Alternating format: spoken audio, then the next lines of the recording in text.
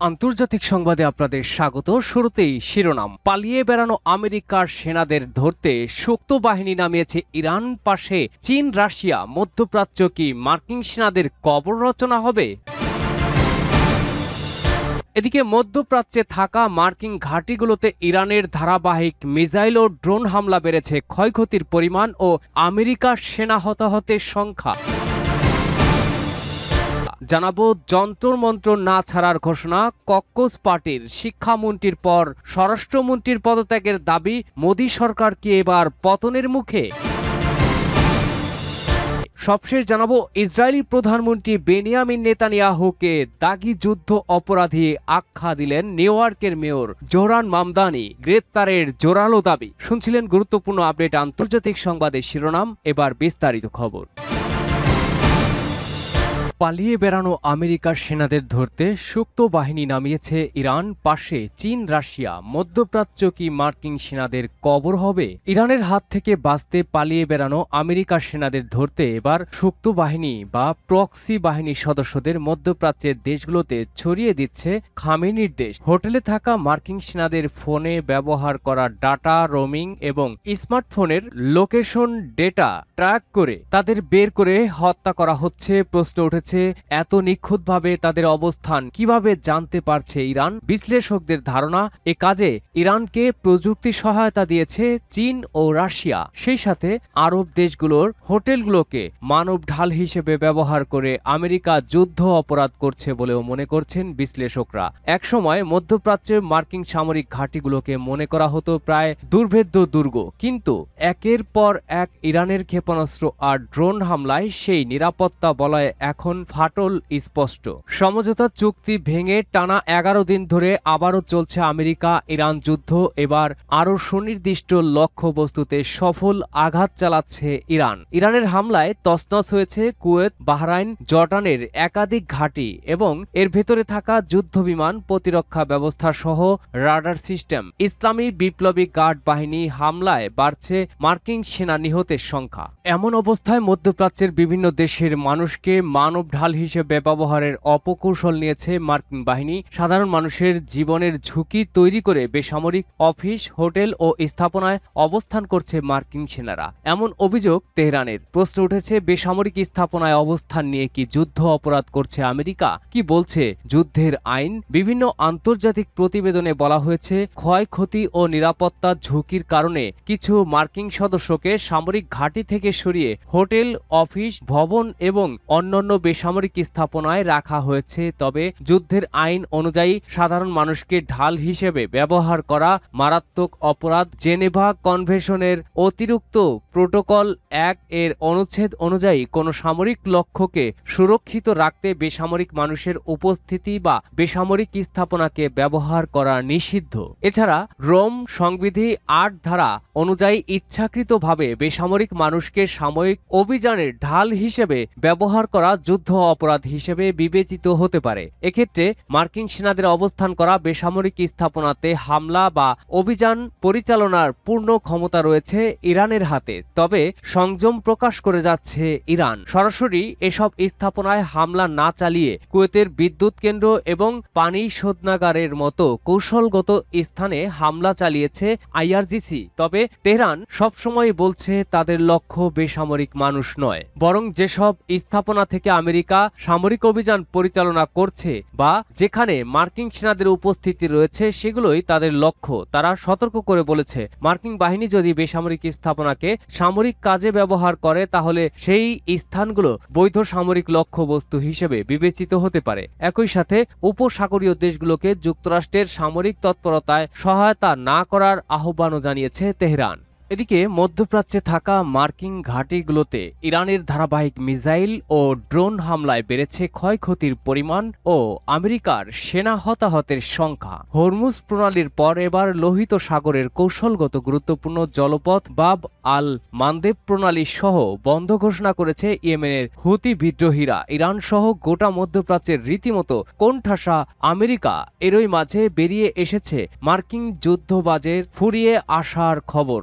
যুদ্ধ চালিয়ে যেতে মার্কিন সিনেটের কাছে জরুরি তহবিল চেয়েছে প্রতিরক্ষা বিভাগ, পেন্টাগন। সব মিলে ট্রাম্পের বিরুদ্ধে বেড়েই চলেছে মার্কিনীদের ক্ষোভ। আমেরিকার হামলার পর দাউ দাউ করে চলছে দক্ষিণ ইরানের খুজেস্তান প্রদেশের বেহবান শহর। টানা 11 দিনের হামলায় মার্কিন বাহিনীর লক্ষ্য ছিল সেখানে থাকা ইসলামিক রেভলিউশনারি গার্ড কর্পস IRGCর একটি সামরিক ঘাঁটি ও স্থানীয় বাকরেদিয়ান ব্যারাক। বেহবাহান শহর ছাড়াও তেহরান, তাবরিজ, বুশেহার বন্দর, আব্বাস ও কেশব দ্বীপে হামলা চালিয়েছে মার্কিন সেনারা। মার্কিন সেন্ট্রাল কমান্ড সেন্টকম জানিয়েছে ইরানের সামরিক বিমান, হ্যাঙ্গার, ড্রোন, স্টোরেজ সুবিধা ও সামরিক অবকাঠামো সম্পূর্ণ গুড়িয়ে দেওয়ার উদ্দেশ্যে টানা 1 ঘন্টারও বেশি সময় ধরে হামলা চালানো হয়েছে। এছাড়া যুদ্ধ শুরুর পর এই প্রথমবারের মতো নির্দিষ্ট করে ইরানের অন্যতম প্রধান ইউরেনিয়াম পারমাণবিক কেন্দ্র নাতানজের কাছে অবস্থিত সন্দেহভাজন ভূগর্ভস্থ পারমাণবিক স্থাপনা পিক্যাক্স মাউন্টেনের খুব শীঘ্রই হামলা চালানোর হুমকি দিয়েছে খোদ মার্কিন প্রেসিডেন্ট ডোনাল্ড ট্রাম্প। ইরানের পারমাণবিক স্থাপনায় হামলা হলে গোটা অঞ্চলে ভয়াবহ যুদ্ধ ছড়িয়ে পড়বে বলে সতর্ক করেছে তেহরান। সাধারণ ইরানিরাও এই হামলায় প্রতিহত করতে ঐক্যবদ্ধ থাকবে বলে আশা প্রকাশ করেছে খামেনি সরকার। মধ্যপ্রাচ্যে থাকা মার্কিন স্থাপনার পাশাপাশি আমেরিকার মিত্র দেশগুলো রেহাই পাবে না বলে হুমকি দিয়েছে ইরানের বিপ্লবী বাহিনী IRGC। এরই মধ্যে মার্কিন হামলার জবাবে মধ্যপ্রাচ্যে থাকা মার্কিন ঘাঁটিগুলোতে ইরানের ধারাবাহিক ক্ষেপণাস্ত্র ও ড্রোন হামলা বেড়েছে, ক্ষয়ক্ষতির পরিমাণ ও সেনা হতাহতের সংখ্যাও। সর্বশেষ মার্কিন হামলার জবাবে জর্ডানের প্রিন্স হাসান ও কিং ফয়সাল ঘাঁটিতে থাকা F-15 যুদ্ধবিমান, ড্রোন ও হেলিকপ্টার সংরক্ষণ কেন্দ্রে হামলা চালানোর দাবি করেছে ইরানের বিপ্লবী গার্ড বাহিনী। হামলা হয়েছে কুয়েত ও বাহরাইনেও। ইরানের ধারাবাহিক হামলা থেকে বাঁচতে সামরিক ঘাঁটির বাইরে হোটেল ও অন্যান্য বেসামরিক স্থাপনায় আশ্রয় নিচ্ছে মার্কিন সেনারা। তবে সেখানেও রেহাই নেই মার্কিন সেনাদের। অবস্থান লক্ষ্য করে নিখুঁত হামলা চালাচ্ছে খামেনির দেশ। ইরানের সাথে যুদ্ধে জড়ানোর পর আমেরিকার যুদ্ধ বাজেটে টান পড়েছে অনেক আগেই। এখন পর্যন্ত ৩৭৫০ কোটি ডলার খরচ হয়েছে বলে জানিয়েছে মার্কিন প্রতিরক্ষা বিভাগ, পেন্টাগন। সংকটের মুখে ইরানের বিরুদ্ধে যুদ্ধ চালিয়ে যেতে মার্কিন কংগ্রেসের কাছে আরও ৮৭০০ কোটি ডলারের জরুরি তহবিল চেয়েছে পেন্টাগন প্রধান পিট হেগসেথ। জরুরি ভিত্তিতে নতুন তহবিলের অনুমোদন না দিলে শীঘ্রই সামরিক প্রশিক্ষণ কমিয়ে আনতে হবে বলেও আশঙ্কা প্রকাশ করেছেন তিনি বলেন, আমরা এই মুহূর্তে এক বিপজ্জনক পৃথিবীতে বাস করছি যেখানে শত্রুর বিরুদ্ধে সাহসী ও দ্রুত পদক্ষেপ নেওয়া প্রয়োজন। তাই ২০২৬ অর্থ বছরের জন্য আমি অতিরিক্ত যুদ্ধ তহবিলের অনুরোধ জানাচ্ছি। এই অনুরোধটি প্রতিরক্ষা বিভাগের প্রয়োজনীয় সম্পদের যোগানের জন্য অত্যন্ত জরুরি। প্রেসিডেন্ট ট্রাম্প আগামী অর্থ বছর থেকে যুদ্ধ বাজেটের পরিমাণ ১,৫,০০০ কোটি ডলার চাইছেন এবং দেশকে রক্ষা করার জন্য আমাদের তাই প্রয়োজন। তবে ইরান যুদ্ধ চালিয়ে যেতে নতুন করে কোনো অর্থ বরাদ্দ দিতে নারাজ মার্কিন আইন প্রণেতারা। শুধু ডেমোক্রেটরাই নয়, ইরানের বিরুদ্ধে লড়াইয়ে মার্কিন প্রতিরক্ষা বিভাগের যুদ্ধ কৌশলের তীব্র সমালোচনা করেছেন ট্রাম্পের রিপাবলিকান পার্টির সদস্যরাও। আপনাদের কাছে ট্রিলিয়ন ডলার আছে, আপনাদের কাছে ১ ট্রিলিয়ন ডলারের বেশি থাকার পরেও নতুন করে ১.৫ ট্রিলিয়ন ডলার চাইছেন কেন? এটা টাকার প্রশ্ন নয়, এটা নেতৃত্বের প্রশ্ন এবং যুদ্ধে সত্যিকারের জয় পেতে কি প্রয়োজন তা বোঝার প্রশ্ন। আর চলমান যুদ্ধে ইরানকে সমর্থন জানিয়ে হরমুজ প্রণালীর পর এবার লোহিত সাগরের কৌশলগত গুরুত্বপূর্ণ জলপথ বাব আল মান্দেব প্রণালীও বন্ধ ঘোষণা করেছে ইয়েমেনের হুথি বিদ্রোহীরা। যুক্তরাষ্ট্র, ইসরায়েল ও সৌদি আরবের সাথে বাণিজ্যিক সম্পর্ক থাকা দেশের জাহাজগুলো হুথি বিদ্রোহীদের হামলার মুখে পড়ার ঝুঁকিতে রয়েছে। এই ৩ দেশের সাথে সংশ্লিষ্ট জাহাজগুলোকে লোহিত সাগর ও এডেন উপসাগর এড়িয়ে চলার পরামর্শ দিয়েছে ইউরোপীয় ইউনিয়নের নৌবাহিনী অসপ্রাইট। যদিও বাব আল মান্দেবে কোনো জাহাজে হামলা হলে উপযুক্ত জবাব দেওয়ার হুমকি দিয়েছেন মার্কিন প্রেসিডেন্ট ডোনাল্ড ট্রাম্প। এদিকে ইরান আমেরিকা যুদ্ধ যখন ভয়াবহ রূপ নিচ্ছে তখন স্থায়ী শান্তি প্রতিষ্ঠার চেষ্টা চালিয়ে যাচ্ছে মধ্যস্থতাকারী দেশ পাকিস্তান। মধ্যপ্রাচ্যের বর্তমান আঞ্চলিক পরিস্থিতি নিয়ে আলোচনা করতে পাকিস্তান সফরেও গিয়েছেন ইরানের স্বরাষ্ট্রমন্ত্রী ইস্কান্দার মোমেন। যুদ্ধ থামিয়ে আলোচনার টেবিলে ফিরতে আরেক মধ্যস্থতাকারী কাতারের পক্ষ থেকে শান্তি প্রস্তাব পাওয়ার কথাও জানিয়েছে তেহরান। মোদী সরকার কি পতনের মুখে? যন্ত্রমন্ত্রর ছাড়ছে না আন্দোলনকারীরা। ভারতের রাজধানী দিল্লিতে কি শুরু হয়ে গেছে মোদী সরকারের সবচেয়ে বড় রাজনৈতিক সংকট? যন্ত্রমন্ত্র ছাড়ার কোনো প্রশ্নই নেই, এমন ঘোষণা দিয়েছে আন্দোলনকারীরা। শিক্ষামন্ত্রীর পর এবার স্বরাষ্ট্রমন্ত্রী অমিত শাহের পদত্যাগের দাবিও উঠেছে। বিরোধীদের হুঁশিয়ারি, দাবি না মানলে এবার 10 লাখ মানুষ দিল্লিতে নামবে। রাজপথে শিক্ষার্থীদের উপরে লাঠিচার্জ, বিরোধী নেতাদের আটক, পার্লামেন্টে তুমুল হট্টগোল, আদালতের নীরবতা, সব মিলিয়ে উত্তপ্ত ভারতীয় রাজনীতি। আসলে কি ঘটছে? আন্দোলন কি আরো বড় রূপ নিতে যাচ্ছে?